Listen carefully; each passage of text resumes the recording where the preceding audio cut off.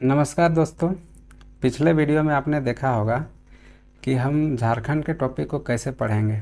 उसमें हमने स्ट्रक्चर पे बात किए थे कि झारखंड को किस किस स्ट्रक्चर के आधार पे कैसे पढ़ेंगे। इस वीडियो में हम लोग पढ़ने वाले हैं झारखंड का भूगोल, जो कि उस वीडियो में बताया गया है कि कैसे पढ़ना था भूगोल को। तो भूगोल में हम लोग 5 टॉपिक के आधार पे भूगोल को कंप्लीट करेंगे, जो कि झारखंड का सिलेबस है। वो इस पाँचों टॉपिक में ही सारा कंप्लीट हो जाएगा। पहला टॉपिक है सामान्य स्थिति, दूसरा है भौतिक स्थिति, तीसरा है जलवायु, चौथा है पर्यावरण संबंधी तथ्य और पांचवा पढ़ेंगे हम लोग आपदा प्रबंधन के बारे में। और ये पांचों टॉपिक में हम लोग पूरे झारखंड को का जो भूगोल है उसको कवर करने का कोशिश करेंगे। सामान्य स्थिति जो हम लोग देख रहे हैं, ये सबसे पहला टॉपिक है और इस टॉपिक में हम लोग झारखंड के लोकेशन को समझने की कोशिश करेंगे कि झारखंड है कहाँ पे।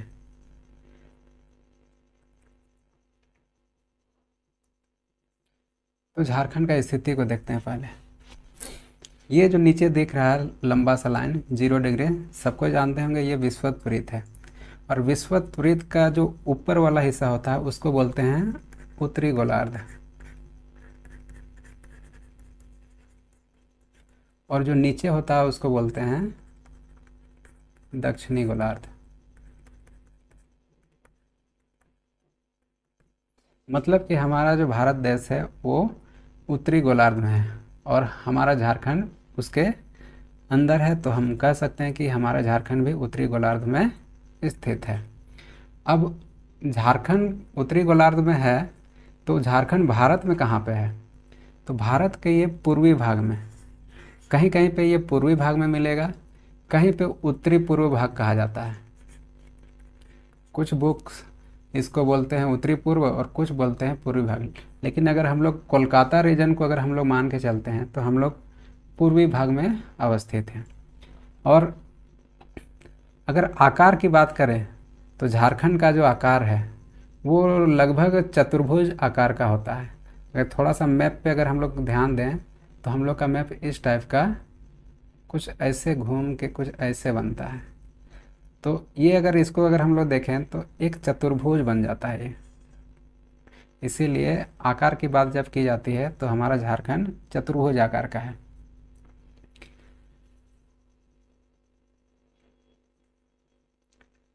इसमें आगे है कि झारखंड अगर चतुर्भुज है तो इसका पूर्व से पश्चिम और उत्तर से दक्षिण का जो लंबाई चौड़ाई है वो कितना है।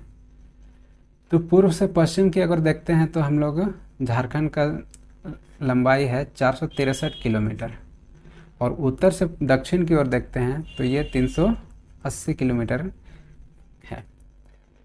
जो कि कभी कभी क्वेश्चन आ जाता है कि पूर्व से पश्चिम की लंबाई कितनी है और उत्तर से दक्षिण की लंबाई कितनी है। ये छोटा सा एक तथ्य है जिसको आप याद कर सकते हैं। अब आते हैं झारखंड का वो इम्पोर्टेंट पार्ट पे जो हम लोग को कभी भी कंफ्यूज कर सकता है क्वेश्चन में। मतलब कि झारखंड का जो स्थिति है वो अक्षांश और देशांतरी स्थिति क्या क्या है। तो उसको अगर हम लोग समझना चाहें तो अक्षांश तो जानते हैं कि जिसको इंग्लिश में बोलते हैं हम लोग लैटिट्यूड, मतलब कि वैसी रेखाएं जो विषुवत वृत्त के समांतर होती हैं। और देशांतरीय जो नॉर्थ पोल से साउथ पोल खींची जाती है, मतलब कि ऊपर से नीचे पृथ्वी पे। अगर हम लोग ऐसा देखें तो अगर ये पृथ्वी है तो अगर ये नॉर्थ पोल है, ये साउथ पोल, तो नॉर्थ से साउथ ये आपका देशांतरीय रेखा हो जाएगा। और अगर हम लोग अक्षांश की बात करें तो नॉर्थ साउथ, और ये बीच में अगर हम लोग विषुवत वृत्त पे जाते हैं तो विषुवत वृत्त का जो पैरेलल लाइन होगा, मतलब कि समांतर रेखा, उसको बोलते हैं अक्षांश। तो ये अक्षांश के आधार पे अगर झारखंड का हम लोग एक्सटेंशन, मतलब कि इसका विस्तार अगर देखना चाहें तो झारखंड का जो अक्षांश है वो 21 डिग्री 58 मिनट 10 सेकेंड है। से लेके ये उत्तर, क्योंकि हम लोग उत्तरी गोलार्ध में हैं तो हम लोग उत्तर मानते हैं, 21 डिग्री 58 मिनट 10 सेकंड उत्तर से 25 डिग्री 18 मिनट उत्तर तक है। मतलब कि झारखंड का जो अक्षांशीय स्थिति है वो 21 डिग्री से लेकर 25 डिग्री तक है। एक एक मार्क्स का क्वेश्चन, एक क्वेश्चन बनता है बहुत बार, बहुत एग्जाम में आ भी चुका है। दूसरा है आपका देशांतरीय स्थिति। दूसरा है देशांतरीय स्थिति, जो पूर्व से पश्चिम की ओर हम लोग देखते हैं कि पूर्व से पश्चिम की स्थिति जो है झारखंड का कहाँ पे है। अगर हम लोग वृत्त का बात कर रहे हैं देशांतरीय में, तो झारखंड का जो स्थिति है वो 83 डिग्री 19 मिनट 50 सेकंड पूर्व से लेके 87 डिग्री 57 मिनट पूर्व तक है। इसका मतलब ये है कि हमारा झारखंड पूर्व में स्थित है। जैसा भारत पूर्व में स्थित है, पूर्वी देश कहलाता है, उसी तरह से हमारा झारखंड भी पूर्वी राज्य कहलाएगा। तो देशांतरीय स्थिति 83 डिग्री 19 मिनट से 87 डिग्री 57 मिनट, और अक्षांश स्थिति 21 डिग्री 58 मिनट से 25 डिग्री 18 मिनट। इसके बाद है हमारा झारखंड का जितने भी पड़ोसी राज्य हैं, इसको भी थोड़ा सा जान लेते हैं कि ये पड़ोसी राज्य कौन कौन है। क्योंकि जब हम स्थिति की बात करते हैं, सामान्य स्थिति की, तो हम लोग अगल बगल देखा करते हैं, और इस अगल बगल में हम लोग देखते हैं कि हमारे पड़ोसी कौन है। तो सबसे पहला पड़ोसी जो जिससे हम लोग अलग हुए हैं पहले, वो है बिहार, जिसके साथ सबसे लंबी सीमा बनती है और जिसके साथ 10 जिले कनेक्टेड हैं। सेकेंड स्थान पे है पश्चिम बंगाल, जो पूर्व में स्थित है और इसके साथ भी 10 जिले लगते हैं। थर्ड राज्य है उड़ीसा, जिसके साथ 4 जिले होंगे। छत्तीसगढ़ के साथ भी 4 जिले, और उत्तर प्रदेश जिसके साथ 1 जिला लगता है, गढ़वा। ये है पड़ोसी राज्यों की स्थिति और पड़ोसी राज्यों के साथ हमारा स्थिति। अगला टॉपिक है इसमें जिले और उनसे लगे राज्य। मतलब कि जो पिछले स्लाइड में हम बताएं कि कौन सा जिला कौन सा राज्य कितने जिलों के साथ लगा हुआ है, तो उसको एक बार देखते हैं। इसको याद कर लेंगे, काम आ सकता है, बहुत इंपॉर्टेंट टॉपिक है इस पार्ट का।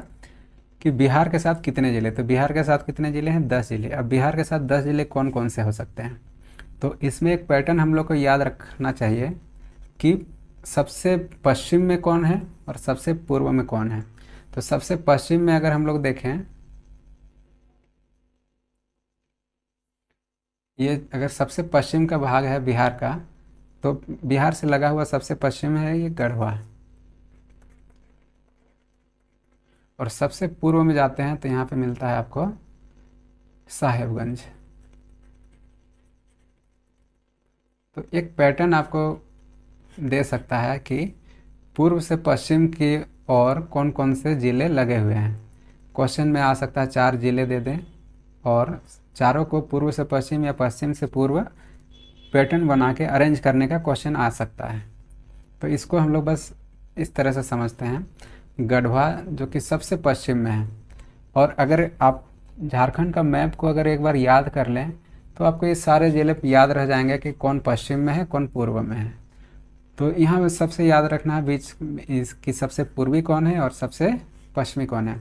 बाकी एक बार आप आंख बंद करके भी आप झारखंड के ज़िलों को याद कर सकते हैं कि हजारीबाग, चतरा, पलामू, कोडरमा, गिरिडीह कहाँ पे है, और देवघर के लोग किधर से जाते हैं, पूर्व की ओर जाते हैं कि पश्चिम जाते हैं। तो आपको समझ में आ जाएगा कि वो पूर्व की ओर है। दुमका, गोड्डा, साहेबगंज पिछले कुछ दिन से न्यूज में भी रहा है। गंगा लगभग सट के उससे बहती है, तो आपको ये याद रखना पड़ेगा कि ये पूर्व में है।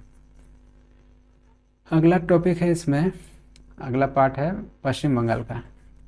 मतलब कि पूर्वी जो पश्चिम बंगाल है वो झारखंड के कितना जिलों के साथ लगा हुआ है, तो वहाँ भी हम लोग देखेंगे। अब वहाँ पे हम पूर्व से पश्चिम नहीं, उत्तर से दक्षिण देखेंगे, क्योंकि वो हमारे पूर्व में स्थित है, तो उत्तर और दक्षिण के जिलों को कनेक्ट करता है।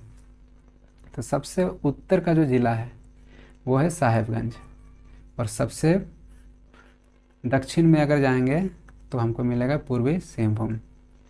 और इसमें 10 ज़िले हैं: साहेबगंज, पाकुड़, दुमका, जामताड़ा, धनबाद, बोकारो, रामगढ़, रांची, सरायकेला, पूर्वी सिंहभूम। इसी तरह से अगला जो राज्य है हमारा छत्तीसगढ़ है। छत्तीसगढ़ 4 जिलों को मिलाता है, और 4 जिले कौन कौन हैं? गढ़वा, लातेहार, गुमला, सिमडेगा। ये उत्तर से दक्षिण करेंगे तो सबसे उत्तर में हमको गढ़वा मिलेगा, और उसके बाद दक्षिण में सिमडेगा। चौथा राज्य है हमारा उत्तर प्रदेश। उत्तर प्रदेश एक अकेला ऐसा राज्य होगा हमारे साथ जो सिर्फ एक ज़िला को कनेक्ट करता है, और वो ज़िला है गढ़वा। तो ये क्वेश्चन हो सकता है इम्पोर्टेंट कि हम कौन सा राज्य सिर्फ एक ज़िले को टच करता है, या फिर कौन सा जो ज़िला है जो सिर्फ यूपी को टच करता है, तो वो है गढ़वा। अगला राज्य है उड़ीसा। उड़ीसा को देखिए तो उड़ीसा 4 जिलों को टच करता है। उड़ीसा हमारा दक्षिण में है, और दक्षिण में वो सबसे पश्चिम का भाग पकड़ता है वो सिमडेगा को, सिमडेगा, और सबसे पूर्व का भाग पकड़ता है सिंहभूम, और जो बीच में है वो पश्चिमी सिंहभूम और सरायकेला खरसावां को। मतलब ये 4 जिले उड़ीसा से लगते हैं। तो ये 5 राज्य हैं। 5 राज्य सभी राज्यों जिलों से कहीं ना कहीं कुछ ना कुछ तरीके से कनेक्टेड हैं, और वो जो सभी ज़िले हैं हमको याद रखने पड़ेंगे। तो उन ज़िलों को बस एक बार मैप में देख लेने से याद हो जाएगा, और एक बार रिवाइज कर लीजिए।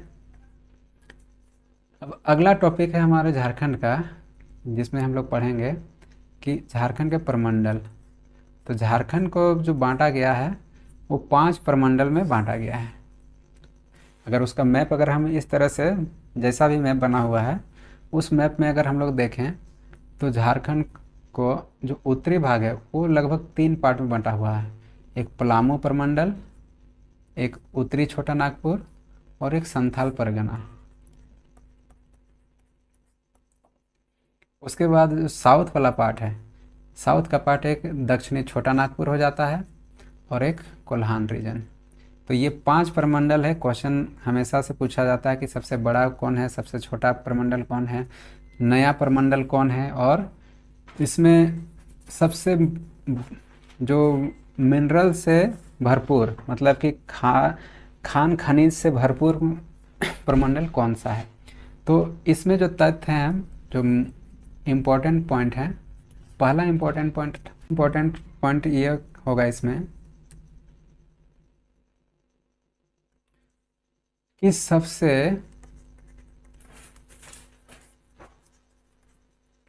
छोटा प्रमंडल, ये एक तथ्य है, एक फैक्ट है। तो सबसे छोटा प्रमंडल है हमारा पलामू।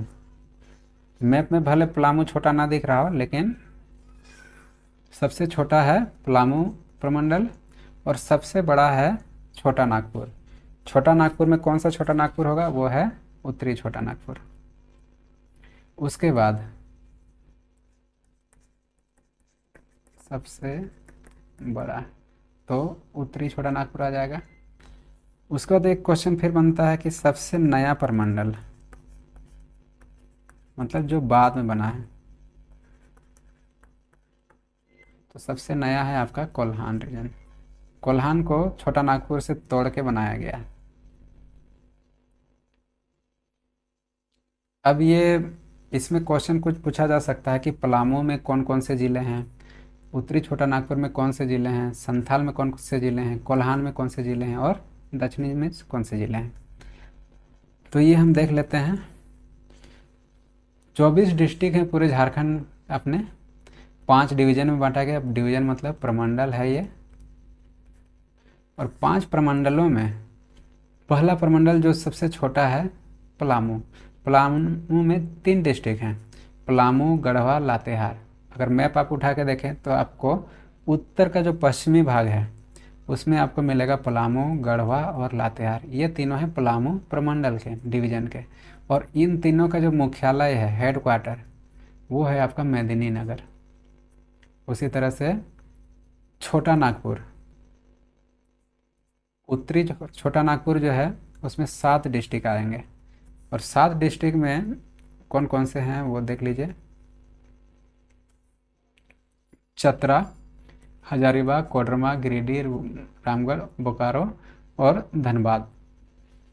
और इसमें जो हेड क्वार्टर है जो बीचों बीच है आपका, वो है हजारीबाग। दक्षिणी छोटा नागपुर मतलब कि साउथ छोटा नागपुर डिवीजन, इसमें आपके 5 डिस्ट्रिक्ट आ जाएंगे। 5 डिस्ट्रिक्ट कौन कौन से हैं? लोहरदगा, गुमला, सिमडेगा, रांची, खूंटी। और हेड क्वार्टर है आपका, अगर रांची है इसमें तो रांची हेड क्वार्टर होगा ही होगा। कोल्हान डिस्ट्रिक्ट जो दक्षिणी पार्ट है उसमें 3 डिस्ट्रिक्ट, वेस्ट सिंहभूम, सरायकेला और ईस्ट सिंहभूम। और आपका हेड क्वार्टर है चाईबासा।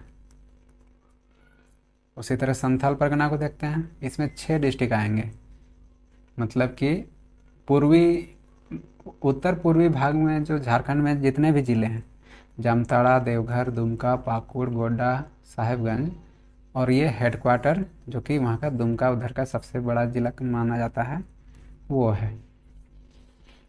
तो इस तरह से हम लोग क्या देखें कि 5 प्रमंडल और इसमें जिले।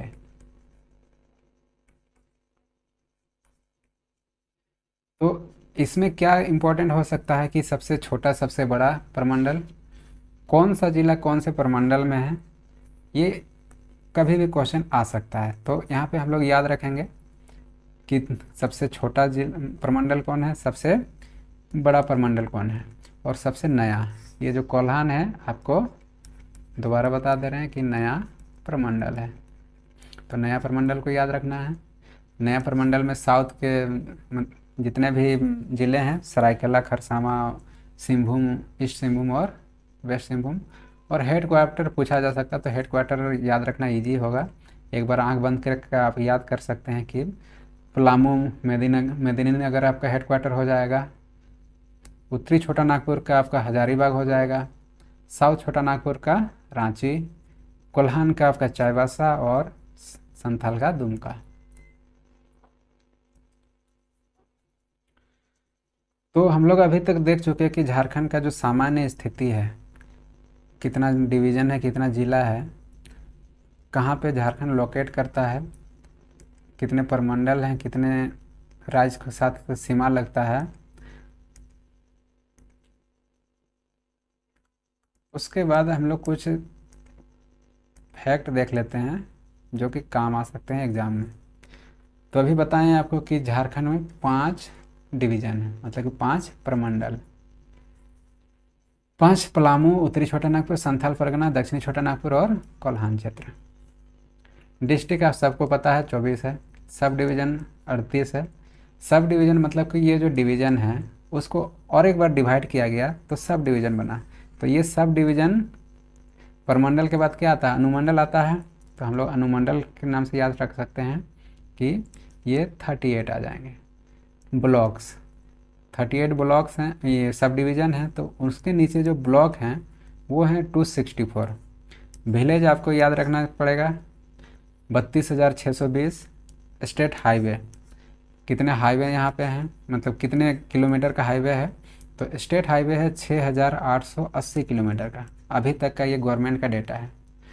गवर्नमेंट का डेटा मतलब झारखंड government.in पे जो आपका डेटा दिया हुआ है उसके आधार पे ये सब डेटा है, मतलब कि ये कोई बुक का नहीं है। तो हम लोग इसको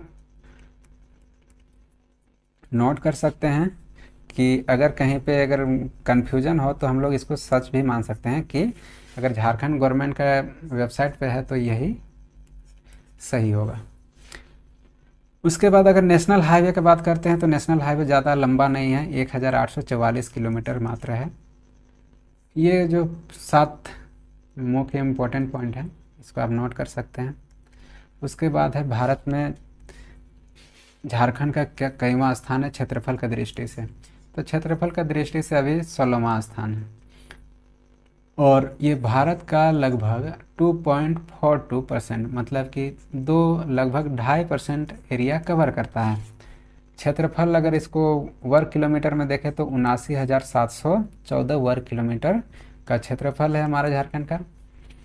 और इस क्षेत्रफल में शहरी वर्ग किलोमीटर जो है, मतलब कि शहरी क्षेत्रफल, वो बहुत ही कम है, 1792 वर्ग किलोमीटर मात्र। और 77,922 वर्ग किलोमीटर है ये ग्रामीण क्षेत्र। मतलब कि लगभग, अगर डेवलपमेंट की बात करें शहरी डेवलपमेंट में, तो हम लोग बहुत ही कम किए हुए हैं अभी तक, और ये आगे शायद होता रहे। तो शहरी क्षेत्रफल हो गया, ग्रामीण क्षेत्रफल समझ में आ गया आपको। भारत में क्षेत्रफल की दृष्टि से 16वां स्थान है। और ये तो सबको आपको पता ही होगा कि राज्य के पशु है हाथी, पक्षी कोयल है, फूल है पलाश फूल, और पेड़ है आपका साल। ये बस छोटा सा तथ्य है कि आप याद कर लें, कभी कभी एक क्वेश्चन बन जाता है यहाँ से। अब काम की बात, इतना जो झारखंड का जो सामान्य स्थिति पर है, सामान्य स्थिति से जो याद रखने वाली बात है या फिर काम का जो बात है कि कितने ज़िले कितने राज्य से लगे हुए हैं, बहुत इंपॉर्टेंट पार्ट है ये।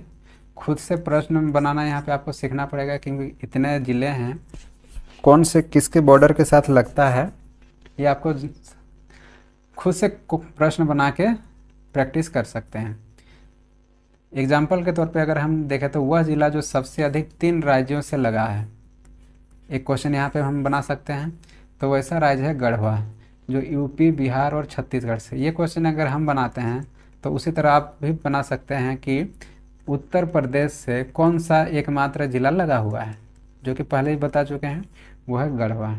उसी तरह से कह सकते हैं कि हम लोग साहेबगंज किन 2 राज्यों को टच करता है।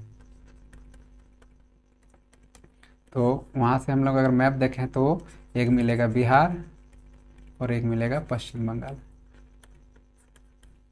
तो मैप वर्क एक तरह से कहें तो जो सामान्य स्थिति है झारखंड का, हम लोग का क्या है, मैप वर्क है ये। मैप वर्क मतलब कि झारखंड का बस हम लोग लोकेशन क्या कर रहे हैं, यहाँ पे फाइंड कर रहे हैं कि ये लोकेशन में है कहाँ, झारखंड कहाँ स्थित है। तो सामान्य स्थिति को देखने के बाद हम आगे बढ़ते हैं और कुछ प्रश्न पे ध्यान देते हैं कि इस टॉपिक से, मतलब कि झारखंड का जो सामान्य स्थिति है, वहाँ से हम लोग क्या क्या प्रश्न बना सकते हैं या क्या प्रश्न पूछे जा सकते हैं।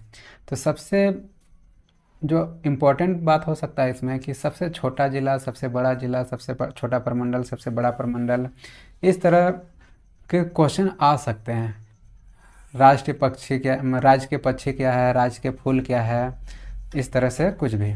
तो छोटा ज़िला अगर हम बात करते हैं तो सबको पता होगा ये रामगढ़ है, जो कि सबसे बाद में बना है। बड़ा ज़िला आपका पश्चिमी सिंहभूम है।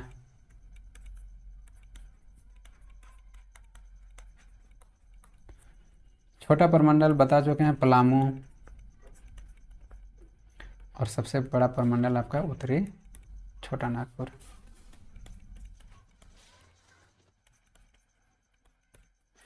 तो इस तरह बुक पढ़ते समय या फिर कहीं से भी जब आप झारखंड के बारे में पढ़ रहे हैं तो कुछ प्रश्न खुद से बनाया करें, ताकि आपको ज़्यादा प्रॉब्लम ना हो आगे अगर कोई भी क्वेश्चन आता है तो। ये था आज का भूगोल का टॉपिक, जो कि झारखंड के लोकेशन को आपको बताता है। अब हम लोग भूगोल से क्यों स्टार्ट किए वो आपको इसलिए बता रहे हैं क्योंकि अगर आप भूगोल को अच्छा से समझ जाते हैं तो बाकी झारखंड को समझने में आपको इजी होगा, आसानी होगा। और कोई भी फैक्ट पढ़ेंगे या फिर हिस्ट्री पढ़ें, चाहे इकोनॉमिक्स पढ़ें, या फिर किसी ज़िले के बात हो तो आपके दिमाग में तुरंत आएगा कि ये ज़िला किधर है या फिर ये जगह किधर है। घाटी परियोजना जैसे हुआ, या औद्योगिकीकरण हुआ, या फिर जंगल पहाड़, कुछ भी पढ़ेंगे तो आपको सबसे पहले दिमाग में जो आएगा वो मैप आएगा झारखंड का। और मैप का बात आता है तो वो ज्योग्राफी आता है। तो इसलिए हम ज्योग्राफी से स्टार्ट कर दिए आपको। पहला एक व्यू आपको दिमाग में डाल दिए कि झारखंड का स्थिति यहाँ पे है, झारखंड इस जगह पे लोकेट करता है। तो इसका उद्देश्य बस यही था बाकी उम्मीद करते हैं कि ये वाला वीडियो आपको अच्छा लगा होगा। भूगोल आपको थोड़ा समझ में आ गया होगा कि झारखंड का भूगोल कैसा है। और तो आज का जो वीडियो था वो झारखंड के भूगोल पे बस आज इतना ही था। और आगे के वीडियो देखते रहने के लिए प्लीज़ चैनल को सब्सक्राइब कर लें, ताकि आप आने वाले जो टॉपिक्स हैं वो आपको मिलते रहें। धन्यवाद।